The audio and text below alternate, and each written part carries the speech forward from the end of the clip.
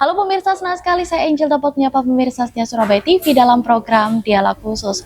Pemirsa, seperti yang kita ketahui, pemerintah sedang gencar menjalankan program sekolah rakyat yang diharapkan dapat membuka akses pendidikan yang lebih berkualitas bagi anak-anak yang berasal dari keluarga yang kurang mampu.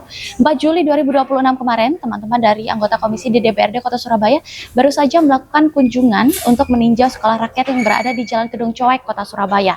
Lalu seperti apa kondisinya? Apakah masih ada hal-hal yang perlu dievaluasi? Dan sejauh ini bagaimana dampaknya bagi anak-anak yang berasal dari keluarga yang kurang mampu di Kota Surabaya? Untuk itu kita akan membahas lebih lanjut dan lebih detail bersama dengan anggota Komisi DPRD Kota Surabaya, Dr. Michael Lexudimulyo, MBA MKes. Untuk itu kita sudah hadir dan akan menyapa Dr. Michael. Apa kabar Dr. Michael? Kabar baik Angel, sehat selalu ya. Sehat selalu, terima kasih sudah selalu bersedia dialog khusus. Ini nggak kepanasan ini, waduh situasinya panas ya Surabaya ya. Ngomong-ngomong soal panas dokter, karena di luar sana banyak juga ya, isu yang membahas soal sekolah rakyat ini. Sebelum kita akan masuk lebih teknis tentang sekolah rakyat di Surabaya sendiri, mungkin pemirsa setia Surabaya TV banyak yang kepengen tahu kenapa sih dibentuk sekolah rakyat ini. Kan sudah ada sekolah-sekolah yang konvensional pada umumnya, apa bedanya, apa urgensinya? Ya, sekolah rakyat ini dibangun, diatur oleh Kemensos Pusat, yang mana dia akan mengangkat harkat dari keluarga miskin melalui anak-anak ini. Jadi anak-anak ini mulai disiapkan mulai dari SD, SMP, SMA, SMK, kemudian sampai dapat pekerjaan. Itu cita-citanya. Oleh sebab itu anak-anak ini dipantau terus, dipantau kemudian mulai dari dia masuknya, mulai dia dapat pembekalan, ini dilihat terus.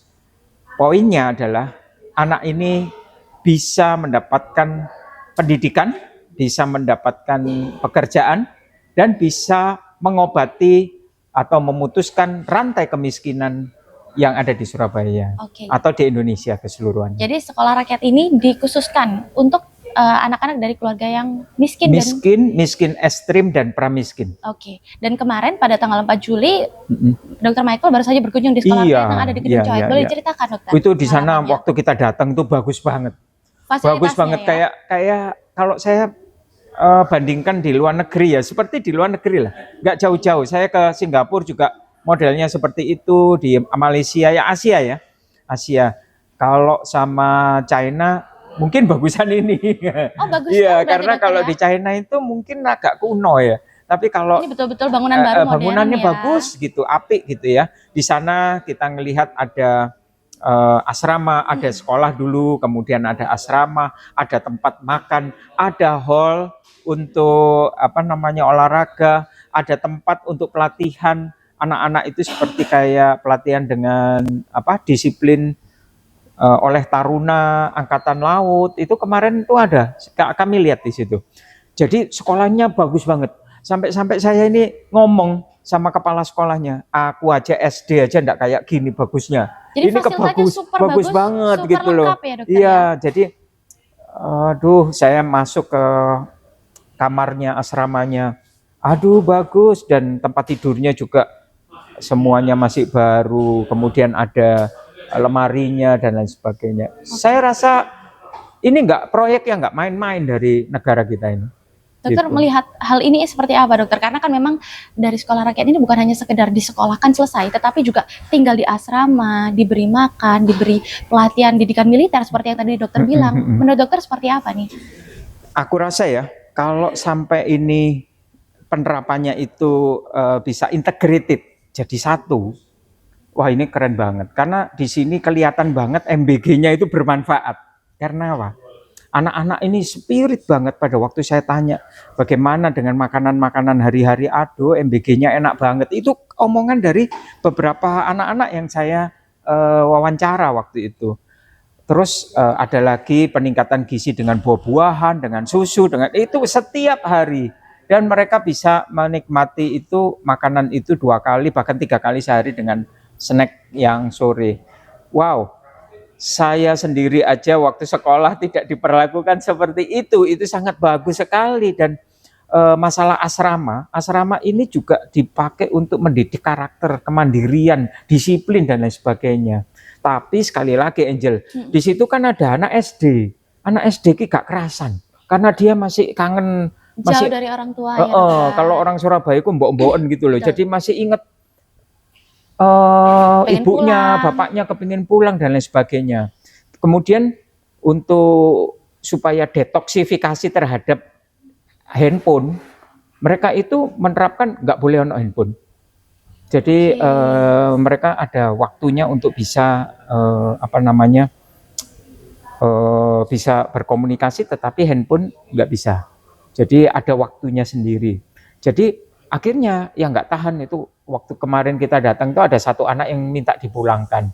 Ya saya rasa biasalah anak SD ya, kemudian nanti dipulangkan bisa kembali lagi seperti itu. Oke. Ya. Nah, untuk anak-anak ini kan katanya dokter tadi berasal dari keluarga yang kurang mampu, keluarga yang bahkan miskinnya ekstrim. Seperti apa latar belakang keluarganya mereka dokter rata-rata yang sedang bersekolah di sekolah rakyat itu? Ya, tadi penyelenggaraannya dari Kemensos. Kemudian pemilihannya itu dari Dinas Sosial setempat. Jadi Kota Surabaya. Jadi ini dicari yang namanya keluarga yang miskin dan miskin ekstrim, itu dikumpulkan, dimasukkan di situ. Biasanya mereka pakaiannya kadang ada, kadang nggak ada. Mereka tersedia nih sekarang semua disiapkan semua. Jadi saya merasa bahwa adanya peningkatan status mereka itu masuk di sana, percaya dirinya itu loh. Itu yang saya tuh senang. Mungkin ini sudah berlangsung sekian lama, sehingga pada waktu saya panggil, itu mereka langsung bisa berkata-kata. Kalau saya yang dulunya, saya ini dikenal sebagai dokter spesialis gelandangan, karena hampir tiap hari saya melayani kaum duafa di jalanan ya. Saya kalau ngajak ngomong anak-anak duafa itu, dia langsung nunduk kepalanya, dan dia nggak tahu mau cerita apa. Yang ada itu minder, malu, dan nggak bisa ngomong. Tapi pada waktu itu saya tes saja, beberapa anak-anak saya acak, ada yang SD, ada yang SMP, langsung mereka ngomong, wah ini makanannya enak sekali, bahkan saya bisa nambah, bisa nambah, tapi bungkus nggak boleh kan? Iya nggak boleh. Jadi mereka itu bisa nggak takut orang gitu. Jadi itu yang saya rasakan, bahwa ada sesuatu yang ditanamkan di sana, bahwa dia tidak minder.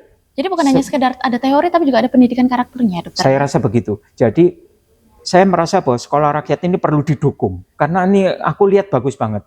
Kemudian bukan hanya kemegahan dari sekolah aja, tapi perlu dilihatkan guru-gurunya kualitasnya seperti apa, programnya seperti apa, literasi digitalnya seperti apa.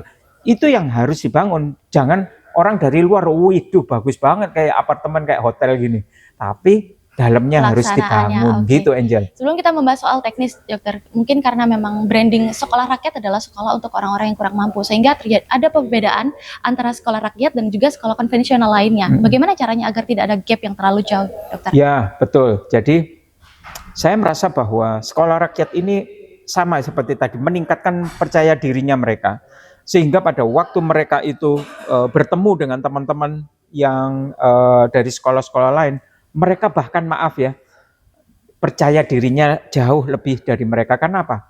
Fasilitas mereka di luar itu. Jadi mereka merasa bahwa aku ini tidak mampu, tapi saya diperlakukan VIP sebagai anak-anak yang luar biasa. Jadi mulai dari awal itu ditanamkan, kalian masuk sini ini akan dicetak menjadi anak-anak yang luar biasa. Jadi itu terus ditanamkan terus, sehingga dia akan menjadi dia tidak akan down untuk kepercayaan dirinya. Jadi kalau dia ketemu pasti dia punya kepercayaan diri yang lebih, saya rasa itu. Sekarang kita berbicara soal teknis yang tadi dokter sempat sampaikan, soal guru, soal literasi dan lain-lain. Apa yang masih perlu dievaluasi, dokter? Yang perlu dievaluasi itu tenaga guru, satu. Kemudian yang di UKS itu saya nggak lihat adanya dokter. Dokter nggak ada, kemudian perawat itu masih belum ada semua. Padahal ini penting, terutama. Kita kulik satu-satu dari guru dulu, dokter. Kekurangannya apakah tenaga gurunya yang kurang? Tenaga gurunya kurang, sehingga ini perlu dievaluasi lagi. Kemudian yang kedua, semacam untuk psikolog itu masih kerjasama dengan puskesmas. Harusnya ada kunjungan-kunjungan yang rutin di situ untuk pemeriksaan dokter, pemeriksaan perawat. Adanya yang apa namanya, tempat untuk mereka berobat dan UKS sebagainya. ya, sebutannya Ya, ya. dan itu penting ya. Karena apa? Ini 24 jam loh di situ. Betul. Jadi ini yang penting harus dievaluasi kembali. Kemudian kalau kebersihan sudah ada, tetapi saya tidak menyarankan anak-anak ini dimanjakan. Jadi untuk kamar-kamar mereka, saya minta mereka harus punya jadwal piket sendiri. Mereka juga harus di dalam gedung itu, setidak-tidaknya mereka juga harus tanggung jawab piketnya ini siapa yang akan membersihkan. Mengapa? Karena saya dulu di asrama juga, saya merasa bahwa saya mulai dari jam 4 pagi itu sudah ada jadwalnya. Membersihkan kamar mandi, membersihkan WC, membersihkan tempat tidur, itu adalah awal yang baik. Dan anak-anak ini saya lihat kemarin tempat tidurnya begitu saya masuk, itu rapi, udah rapi semua. Jadi sudah diterapkan ya dokter? Iya, yang ngajar dari tentara, dari Taruna Angkatan Laut, gimana nggak disiplin. Iya, jadi wow, keren untuk sekolah rakyat ini. Jadi selain UKS dan juga guru-guru, apa lagi dokter yang masih perlu dievaluasi? Kalau kebersihan tadi kata sudah bersih, Ya. Fasilitas katanya sudah lengkap juga ya dokter? Kebersihan perlu ya, ditambah petugas kebersihannya sangat kurang. Kemudian sepertinya harus ada penambahan dana karena dananya juga sangat minimal. Sehingga guru-gurunya juga saya lihat kapasiti gurunya juga kurang. Kemudian yang paling penting adalah bagaimana guru-guru ini bisa ditingkatkan knowledge-nya gitu. Dan sekali lagi mereka ini harus dipersiapkan untuk bisa bekerja. Bukan mereka bisa bersekolah saja, sehingga begitu mereka lulus SD, SMP, SMA, mereka bisa siap bekerja. Dokter, tadi dokter sudah sempat katakan bahkan yang sekolah di sini ada yang dari miskin ekstrim, yang bahkan sama sekali belum pernah sekolah. Apakah treatmentnya berbeda dengan mengajar atau mendidik anak-anak dari sekolah umum dan juga anak-anak yang ada di sekolah rakyat? Betul, jadi ini mereka itu tidak punya, saya sampai kaget sekali loh. Begitu mendengarkan mereka bahwa sikat gigi itu loh, sebelumnya itu mereka nggak punya sikat gigi. Jadi bukan tidak dibawai orang tuanya, tapi setiap hari sikat gigi itu dipakai bergantian. Itu miskin ekstrim, sehingga orang tuanya loh nggak bisa membelikan sikat gigi anaknya. Jadi artinya mereka nggak ngerti ini pemakaian sikat gigi yang benar. Jadi pada waktu saya masuk di kamar mandi, wih itu odolnya kececeran kemana-mana gitu ya. Kemudian yang saya tanyakan, siapa yang harus membersihkan ini? Sementara ini masih belum ada jadwal piketnya. Dan yang saya kurang pas itu kalau mana anak-anak ini harus mengerti bahwa pembalut itu harus dibungkus dulu dengan kertas koran atau dimasukkan di plastik, kemudian baru dimasukkan sampah. Bukan kececeran di mana-mana. Dan Dokter ini melihat ada hal-hal seperti itu. Iya, saya melihat itu dan saya langsung memberikan masukan. Kemudian dari kepala sekolah mengatakan karena ya dokter, karena ini masih baru sehingga kami untuk penataan ini kami kekurangan SDM, itu yang paling penting. Jadi yang tadi saya ulang-ulang itu karena SDM-nya itu kurang. Sekolahnya meger-meger bagus, tapi SDM-nya kurang, tapi sudah dijalankan. Jadi gitu. Masih terkesan tergesa-gesa menurut dokter atau seperti apa? Ya kalau dibilang tergesa-gesa ya enggak lah, karena ini persiapannya sudah lama. Cuman ya sekali lagi masalah pendanaan. Dananya ini dari pusat kan dibatasi juga gitu. Lalu target dalam waktu dekat untuk kekurangan yang sudah dokter sebutkan tadi, apakah sudah ada gambaran sekiranya akan terselesaikan kapan? Mereka akan sudah memberikan laporan dan dari pusat memberikan pantauan untuk itu. Jadi kalau saya bilang sekolah ini kan masih baru, jadi langkah demi langkah ini bisa akan disusun dengan baik dan mereka juga, saya rasa sekolah ini akan menjadi andalan, program andalan di luar beberapa andalan pemerintah seperti MBG, Kopdes, kemudian sekolah rakyat. Yuk kita dukung itu, karena apa? Karena MBG ini sangat kelihatan banget bermanfaat di tempat ini. Dia bisa kemudian saya nanyain juga bagaimana peningkatan gizinya. Langsung dijawab. Selama beberapa waktu ini berat badan si anak ini mulai awal diukur, terakhir diukur, ada peningkatan yang luar biasa. Jadi artinya bahwa kalau MBG dimasukkan pada anak-anak yang tepat, maka bisa diukur signifikan manfaatnya. Sehingga masyarakat itu tidak lagi mencemooh mengenai program yang bagus dari MBG ini. Ini adalah MBG yang di Surabaya, bisa dilihat di sana. Tetapi kalau di kota-kota terpencil, di pulau-pulau terpencil, MBG ini amat sangat dibutuhkan.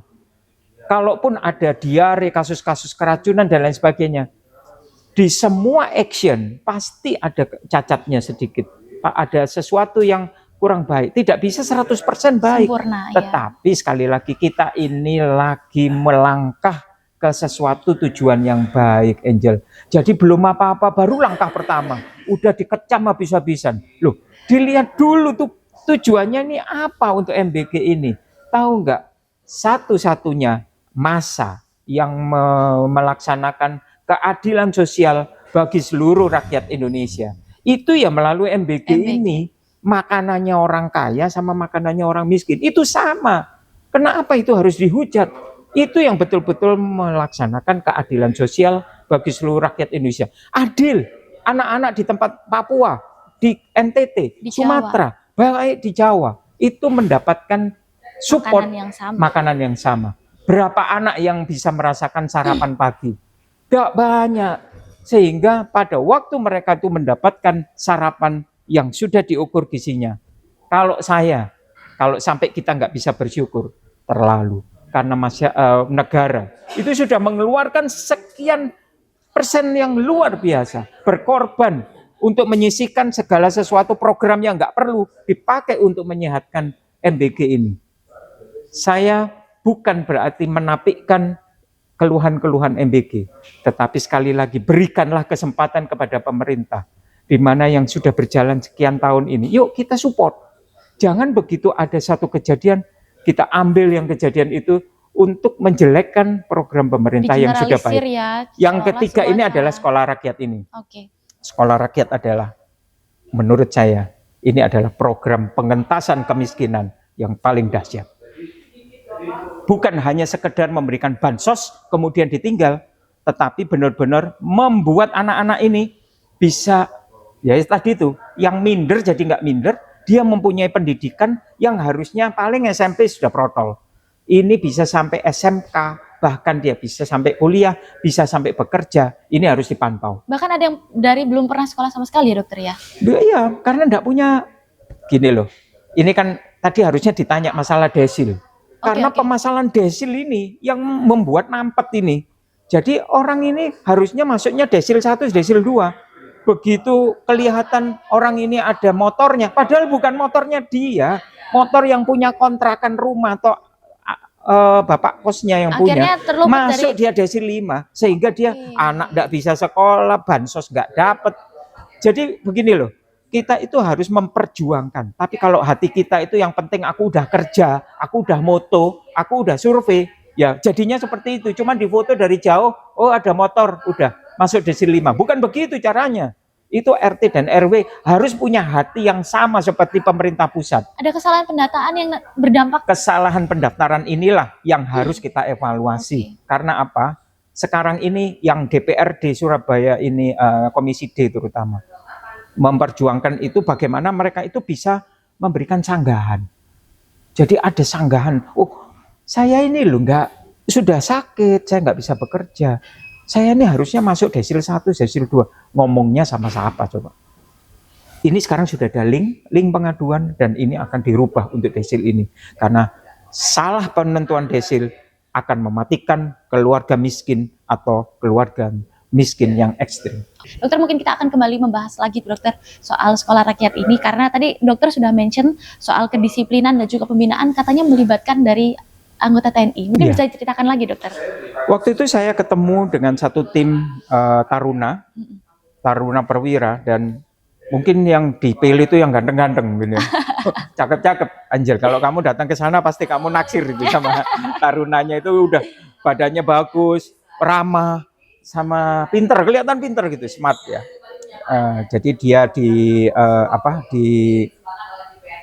dari mana ya? Saya lupa, dari Cirebon atau dari mana itu untuk angkatan lautnya itu. Jadi akhirnya mereka memberikan pengajaran anak-anak dan kelihatan sekali. Anak-anak ini ketata, disiplin, ketata, sopan santun. tata keramanya kelihatan gitu ya. Saya nggak tahu apakah ini pendidikannya sudah berapa lama, tapi saya rasa sesuatu lah, bagus banget. Luar Pokoknya. biasa ya dokter. Luar Lalu biasa. respon orang tua dari anak-anak wali murid sekolah rakyat seperti apa dokter? Saya rasa saya belum menemui orang tua, Angel. Saya rasa kalau saya jadi orang tua, ngelihat anakku diperlakukan seperti itu, jauh. Karena apa? Mungkin saya punya uang, menyekolahkan itu aja saya nggak bisa bayar. Oke. Bagaimana bisa bayar dengan sekolah dikasih makan, 3 kali makan, Ada asramanya dikasih juga. kegiatan olahraga. Bahkan pada waktu itu saya eksplor untuk pendidikan keagamaan. Oh, oke. Karena apa? Kalau pendidikan keagamaan ini yang saya pikirkan apa? Bullying yang terjadi di asrama itu paling sering itu kan bullying. Nah, betul. bullying ini keberhasilan dari pendidikan keagamaan. Kalau dari keagamaannya bagus, maka bullying ini semakin rendah kejadiannya. Kemudian yang kedua, dia harus percaya sama gurunya. Karena apa? Aku sudah tidak bisa curhat sama ibuku, sama bapakku. Karena memang 24 jam ada di asrama. Jadi dia itu harus percaya sama guru BK, bimbingan khusus, atau guru wali kelasnya, atau kepala sekolahnya. Jadi dia bisa cerita, aku kemarin loh dikeplaki sama teman-teman gitu. Nah, dia harus cerita. Kalau dia nggak cerita, nah ini bahayanya. Jadi saya rasa pendidikan agama, olahraga, keseluruhan semuanya udah baik. Cuman ya sekali lagi perlu ditingkatkan SDM-nya karena ada beberapa faktor yang kurang. Oke. Tadi dokter bilang soal pendidikan agama karena mereka juga 24 jam ada di asrama, tentu tidak lepas juga dengan pendampingan psikologis. Tapi tadi dokter juga sudah mention bahwa kekurangan tenaga medis seperti apa nih dokter? Menurut dokter melihatnya? Jadi tenaga medis ini untuk sementara kerjasamanya dengan puskesmas. Jadi dari puskesmas mereka yang akan datang dan membantu di situ. Tetapi di sana juga disiapkan satu klinik atau UKS yang untuk membantu mereka semua. Dan sampai saat ini belum ada tenaga medisnya ya dokter ya? Belum. Jadi sementara hanya ada obat-obat sementara yang dilayani oleh guru-guru saja. Oke, dokter, mungkin ini ada pemirsa Setia Surabaya TV yang merasa orang di sekitarnya, baik itu tetangganya, saudaranya, itu berasal dari keluarga yang miskin, bahkan miskin ekstrim, dan seharusnya layak masuk ke dalam sekolah rakyat, tetapi belum masuk di sekolah rakyat, atau mungkin karena yang disebut dokter ada kesalahan dalam pendataan, sehingga tidak masuk ke desil 1 dan desil 2, akhirnya tidak menerima bantuan, harus melapor kemana, dan harus bertindak seperti apa supaya mereka bisa mendapatkan bantuan berupa sekolah rakyat juga, dokter? Ya, yang pertama pasti kita harus dari basis yang di bawah. Kita melapornya ke RT, RW, kemudian kita bisa mendaftarkan ke kelurahan. Sehingga kemudian dari kelurahan akan melihat apakah yang bersangkutan ini masuk di desil 1 atau desil 2. Loh, ternyata dia di desil di atas, disurvei lagi apakah betul ini desilnya seperti itu. Kalau memang ternyata desilnya itu masuk di dalam desil 1 dan 2, maka yang terjadi mereka masuk cakupan itu, bisa langsung didaftarkan. Begitu. Jadi sebenarnya ini dari RT, RW, dari kelurahan ini penting sekali. Kemudian baru akan di ACC oleh kecamatan. Oke, jadi berdasarkan data jumlah sekolah rakyat di Jawa Timur saat ini sudah ada berapa, dokter? 2, saya rasa 2, tapi dari keseluruhan Jawa Timur ya. Jawa Timur itu 26. 26.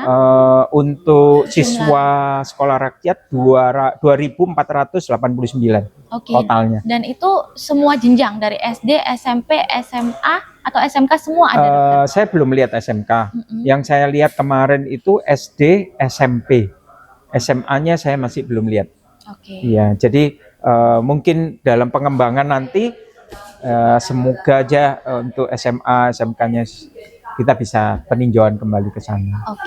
Mungkin setelah meninjau di Sekolah Rakyat Kedung Coek kemarin, garis besar PR apa yang masih membuat dokter Michael merasa masih ada sesuatu yang mengganjal nih, masih harus kita perbaiki, yang masih kita bisa evaluasi, masih bisa kita lengkapi lagi, apa dokter? Di sana itu tempatnya sangat luas ya. Jadi kita bisa memakai lahan yang begitu gede banget itu untuk sesuatu yang berarti. Mereka bisa diajarkan misalnya seperti hidroponik misalnya, untuk agro bisnis hidroponik itu saya belum lihat itu. Padahal tempatnya gede.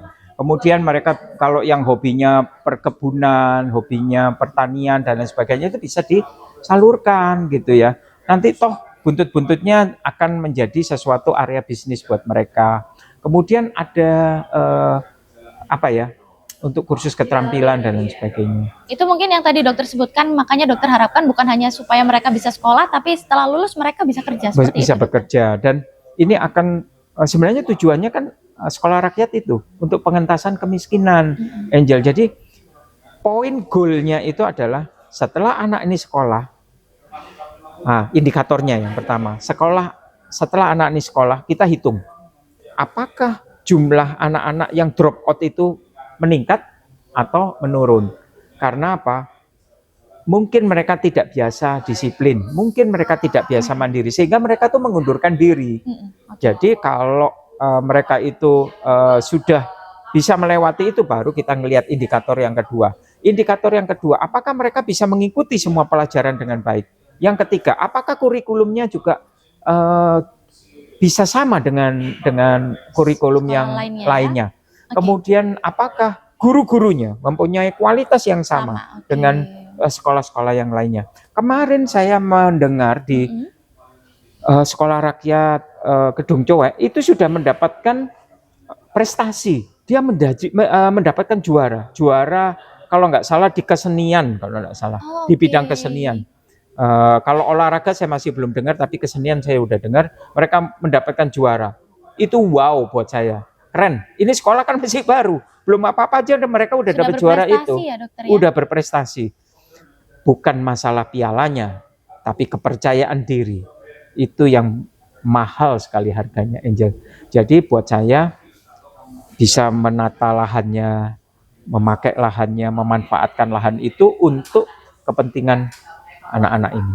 Oke, mungkin terakhir sebagai penutup, Dr. Michael, apakah ada pesan yang ingin disampaikan kepada masyarakat terkait program sekolah rakyat ini, dan juga mungkin masukan kepada pemegang kepentingan terkait apa yang masih bisa dievaluasi tentang sekolah rakyat ke depannya? Saya merasa sekolah rakyat ini adalah sekolah harapan negara kita. Sungguh, saya terharu karena mereka diperlakukan amat sangat baik. Saya merasa bahwa ini adalah kesempatan melayani kaum miskin itu dengan hati, dengan perjuangan dan perlakuan yang bukan apa adanya. Bukan, kalau bahasa Jawa bilang bukan sakwelase, tetapi ini memberikan anak ini mendapatkan fasilitas yang paling bagus menurut saya ya. Jadi ini sudah masuk eksklusif, sesuatu yang baik banget. Jadi kesempatan ini jangan disia-siakan. MBG itu berarti bisa diukur sesuai dengan harapan saya. MBG itu sebenarnya sebelum dan sesudah intervensi MBG itu harus diukur. Apakah ada peningkatan gizi, apakah ada peningkatan berat badan, dan semuanya itu bisa diukur. Dan itu diukurnya secara berkala. Keren banget, bagus. Nah, kemudian yang ketiga, saya bisa melihat adanya peningkatan jumlah guru-guru. Karena apa? Nanti sebentar lagi ada masuk lagi guru-guru yang yang seperti penjelasan kepala sekolah waktu itu. Jadi saya rasa waktunya untuk berkembang itu masih banyak ya. Ada lagi SDM yang banyak dibutuhkan di sana, semacam SDM untuk kebersihan itu masih dibutuhkan. SDM untuk memasak, SDM untuk klinik, untuk medis, SDM untuk security kemungkinan perlu ditambah ya. Apalagi SDM untuk guru dan pembimbing. Karena selama ini guru itu disuruh rangkep. Jadi di asrama maupun di sekolah. Dan jadi, itu terjadi di sekolah rakyat sekarang ini ya, Dokter? Betul, merangkap. Jadi saya rasa dengan dicocokkanlah dengan efisiensi yang ada, maka kita akan terus bertambah. Tapi menurut saya, Bapak Ibu sekalian, kalau Anda merasa bahwa masuk di desil 1 dan desil 2, segera lapor ke RT, lapor ke RW untuk mendapatkan surat bisa menyekolahkan anaknya di sekolah rakyat. Nanti dari RT dan RW akan melanjutkan ke kelurahan, dan kelurahan ini akan memberikan keterangan ke kecamatan dan masuklah ke dinas sosial. Karena penentuan dari sekolah rakyat ini di dinas sosial. Kemudian siapa yang akan mengawasi? Yang mengawasi tentunya dari dinas terkait, termasuk DP3A, termasuk dinas sosial. Begitu juga untuk dewan yang ada. Karena apa? karena sekali lagi manajemen sekolah rakyat itu dari Kemensos pusat, sehingga kami yang ada di sini baik kota maupun Jawa Timur itu bisa bekerja sama dengan pusat dengan baik. Saya rasa harapan kita untuk anak-anak, terutama anak-anak yang miskin dan pramiskin, semakin cerah. Masa depannya bisa kelihatan dengan Indonesia yang baru saat ini. Sekali lagi, semua langkah program yang sudah diletakkan oleh pemerintah tidak ada yang menyengsarakan masyarakat. Baik MBG, baik Kopdes, baik sekolah rakyat, asal kita memberikan kesempatan langkah demi langkah, tidak dibebani dengan cemoohan atau semakin merendahkan. Betul. Sehingga apa yang menjadi perjuangan pemerintah untuk mensejahterakan terutama untuk masyarakat miskin yang sangat terlihat sekarang ini itu tidak sia-sia. Yuk kita bantu program sekolah rakyat ini menjadi program andalan, bahkan kalau ini berhasil, sekolah rakyat ini akan mendapatkan penghargaan dunia untuk Indonesia. Oke, jadi pemirsa setia Surabaya TV jangan terburu-buru mencemooh. Berikan kesempatan bagi pemerintah kita untuk bekerja melalui MBG, melalui Kopdes, melalui sekolah rakyat untuk memberikan kesejahteraan bagi anak-anak bangsa kita semua. Dan tentu saja kita berharap ya Dr. Michael, agar dengan hadirnya sekolah rakyat ini bukan hanya sekedar membuka akses pendidikan, tetapi juga menjadi sarana bagi anak-anak kita untuk mencapai masa depan dan cita-cita yang lebih baik. Baik, akhir kata Dr. Michael, terima kasih atas waktu dan kesempatannya. Selaku anggota Komisi D DPRD Kota Surabaya, sudah meluangkan waktu untuk berbincang di dialog khusus. Saya Angel beserta seluruh kerabat kerja yang bertugas pamit undur diri. Salam Surabaya TV.